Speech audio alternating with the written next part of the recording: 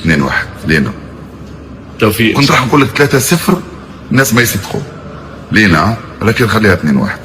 تذكر 3-0 توفيق.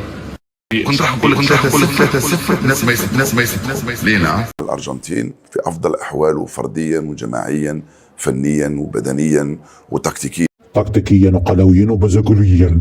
1 2 3. خنقنا والارجنتين لعب المباراة ادارها كما حب يهاجم هاجم، حب يرجع ويستنى، رجع واستنى وفاز ب3 أهداف مقابل 0. اي نعم نتيجة ثقيلة. الارجنتين 3 الجزائر 0. الجزائر تفوز بثلاثية. هك يا الكراولي. مرتاح ومطمئن وواثق من عناصر منتخبنا الجزائري انهم يلعبوا مباراة كبيرة اليوم. والله انك تبقى صغير امام المغاربة. سامع يا جزائري، سامع يا مصري.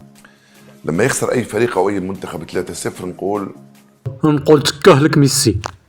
خسارة كبيرة. يا نازل قلتها لك البارح انه المنتخب الارجنتيني او خايف من المنتخب الجزائري. جزائر زعلانة الى يوم ياكل 3 يلي ما تخاف ربك. الاسطورة ميسي يبكيك. ميسي اليوم يقول اشعر بالتمرين، لم اشعر انها مباراة. هذه الارجنتين اللي جلدهم المنتخب السعودي وبكى ميسي وينه؟ كسرنا عينه.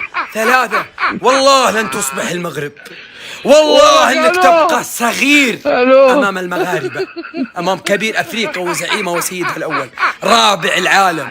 لو تجلس 100 سنة ما تجيب تاريخ المغرب. 3-0. ما في الا لصلصة وباقي. الأردن تجلدك إن شاء الله وتكملها النمسا بأمر الله. 90% العرب كامل راهم فرحانين كي خسرنا.